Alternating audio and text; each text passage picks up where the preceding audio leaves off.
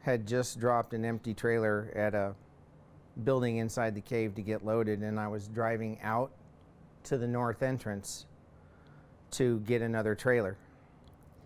And guy just came running out from behind the pillars, and at first I thought he was a live driver lost, and it happens every day. And so I had just stopped and was going to help him and see which building he was looking for. But immediately I realized that something was different, something was wrong, because he was frantic and he was like wild-eyed and he was running at my truck. And as I focused on him at that point, I realized he had a gun in each hand. And so I released my tractor brake and went to take off, but he had closed in on my truck. And he had made it to the steps and was coming up onto the back of how you get in and out of my truck. But because I just took off, it caused him to wipe out on the back grate. And so I'm driving now, but I'm looking out the back window and I see him sprawled out. And my only thought was that because me taking off caused him to fall, I thought maybe I could keep him off balance. And so I just slammed on the brakes and pulled the tractor brake, but he was already down, so it just caused him to rock around a little bit, but he couldn't fall again. He was already down, and so it was just heat of the moment. And I had just committed to just trying to go after him and take him out. It didn't really have any time to think about it. It was just a split-second decision. I just thought, I just don't want to just sit here and get shot. And so as I came to a stop, I had put my hand up for a brace. And as I turned to look out the window, I turned just in time to see him still on the grate, laid out, but he had raised his torso off the deck, and he just leveled what looked like a 9mm and just pointed it through the rear window of the sliding door of my truck. And I just leaned right to get my head out of the path of the sight of the windshield, and he squeezed off around, and it came through, and I could feel it go by my face. And I knew my arm had been hit because I felt it move, but I didn't feel any pain. It was just happened so fast, and the adrenaline gets you. But in almost the same motion, after he fired that shot, I just grabbed the door to the rear of the truck and slid it open, and I just dove out onto the grate on him and tried to get a hand on each arm. And I got one first, but then he was pretty strong, and I think he was on drugs because he was yelling like they're after me and crazy stuff. And so he was smaller than me, but he was pretty strong. And he turned over, so he was face down, and I was on his back, and I got both hands on both arms. And then I just saw an opportunity in his right hand. I thought I could grab the barrel, and then if I could grab the gun, I could twist it and wrench it out of his hand. And so I just did that, and I twisted it, and I got that right hand gun free, and I just threw it off the truck just to get it away.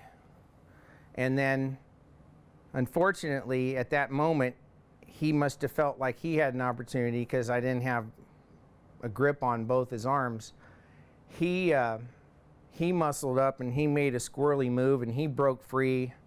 And I honestly thought I was going to get shot again. And to my surprise, he jumped in the cab and tried to take off in my truck. And we weren't going taking off fast because the brake, I had pulled the brake.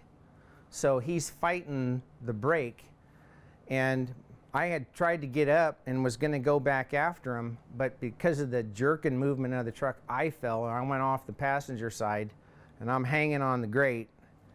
And my only thought then was, I'm going to get run over by my own work truck. And my left thigh kept hitting up against the wheels, and I couldn't get a good grip. And for a moment, I thought I was going to get run over by my own truck. And I just got a good grip. I pulled myself up. I just dove back in the cab and jumped on him again, and just focused on getting that second gun.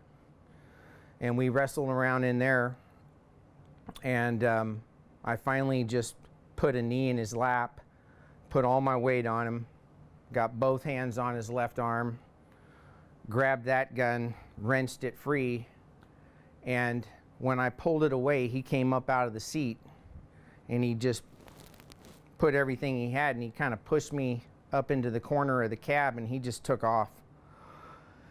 By that time, he had dragged the truck down with the brake set down to another building near the exit of the north entrance.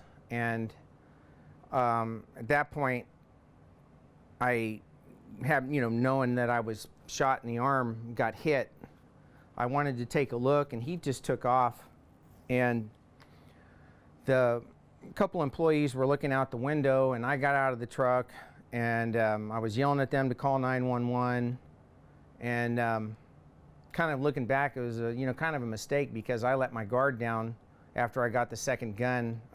There was no time to think. I didn't think like, well, maybe he has more. I saw two guns, I got two guns, And so then, they kind of looked alarmed, because one of them through the window realized I've got a gun. So I just went walking up into that building and was yelling, call 911. And, I said, I've been shot, and I just wanted to get something compressed to put on my hand. And they got me some paper towels, and I just put that on there. And from there on out, I'm remembering more stuff now, but then I remembered all of a sudden, wait a minute, the other gun, And so I told one of the employees, we need to go get that other gun. And so they went down with me, and it was still there on the ground. And so we got that first gun that I had thrown off the truck. And I don't know what happened to this Stanley Johnson guy. He just, like I said, when he took off, I kind of let my guard down and just focused on checking out my gunshot wound. And then a co-worker came driving out and flagged him down, and it was just kind of pandemonium from that point. But we got outside, and the first police officer got there real quick. I mean, what seemed like real quick to me. And I was outside, and then the second car got there pretty quick. And then they were just focused on, like shooter, like, where is he? And then I just told them, I don't know, he's in there. So they said, everybody go into the building 3 outside, because, I understand their perspective is they don't know who's the shooter. They don't know, so they're just telling everybody. So we go in, and they sit me down inside of building 3 out there. And when I went in, the third cop car was coming down the hill. And then I don't know how long I was in there, maybe 15 minutes. But by the time the paramedics got there and got me out and wheeled me out, I got out. We came out the front door of building 3, and there was just literally a sea of cop cars. Just total chaos. Yeah, it was on the ride when they said, it's funny because the paramedic, Jason, I remember his name, he looked really familiar to me somehow. Maybe just one of those things, but I was like, I know for a couple minutes, I was like, I know this guy from somewhere. And I asked him his name, and then he said he was going to give me something for the pain. And that's when I thought to myself, I don't really have any pain right now, but maybe it was that conversation that, you know, and then I kind of realized, it's like I started thinking about it, and then that's when the pain started setting in. And by the time we got to the hospital, it was hurting pretty good. He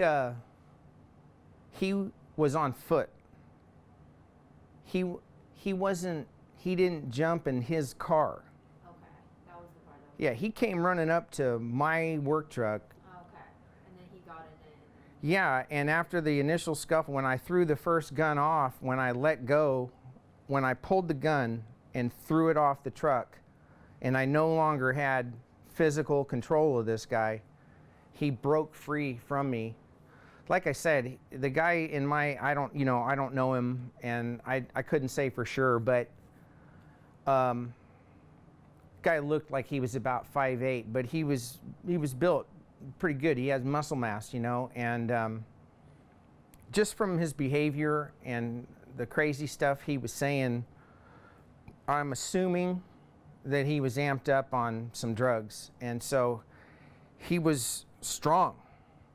I mean, he put up a hell of a fight, and we were all over that grate on the back of the truck, and you know, he really had some strength to him, and I'm pretty decent sized, and it was everything for me, you know. And like I said, unfortunately, when I threw that first gun off the truck, he just kind of did what I would call like a reversal in wrestling. He just kind of squirreled and turned and broke free from me. And like I said, at that moment, my only thought was, crap, you know, because now I'm going to get shot point blank.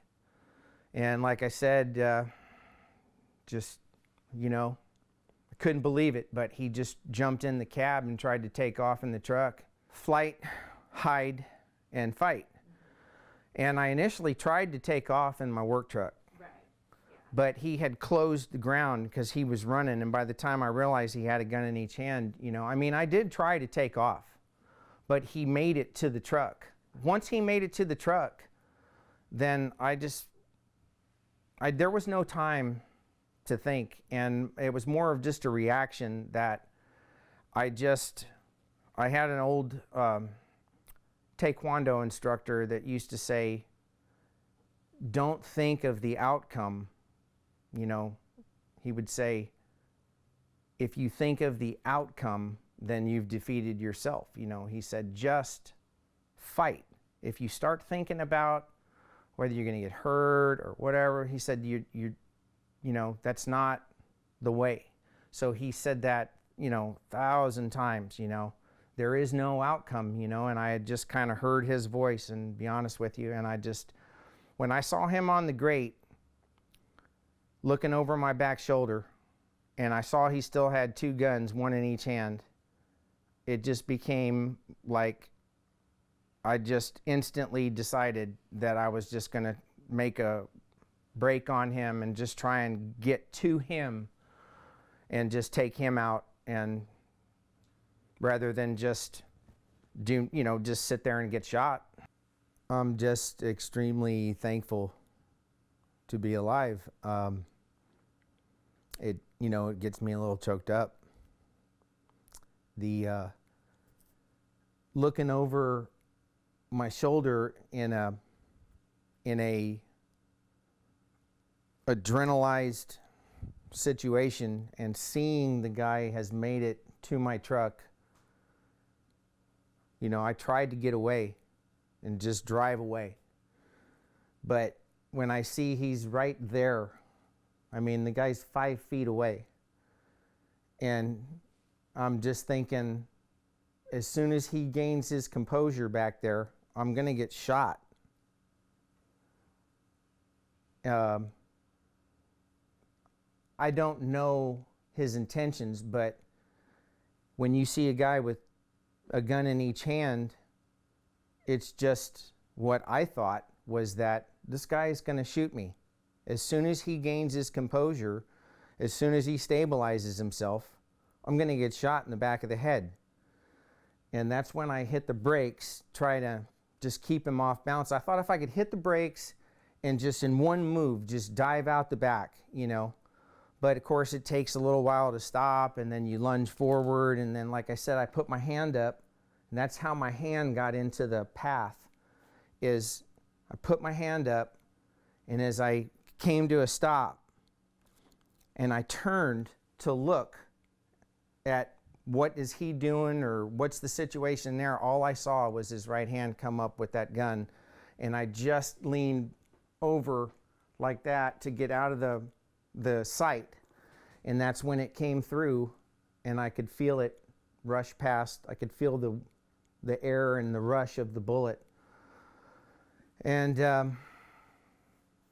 I just know in the same movement I just grabbed the door, and I was already committed to going after him. So I just stayed with my plan and just opened the door up, and I just dove out onto the back. I just went in center mass in his chest with two hands in the old, just try to separate his arms, and that part did work. But then, like I said, he got turned over as we went down, and just a hell of a scuffle. I mean, like I said, the guy wasn't a big guy, but he's built well, and he's got muscle mass to him, and I'm just positive that he was on drugs. Just because of the crazy stuff he was yelling, you know. And so, like I said, it was just snap your fingers. There was just no time. It was just reaction more than anything.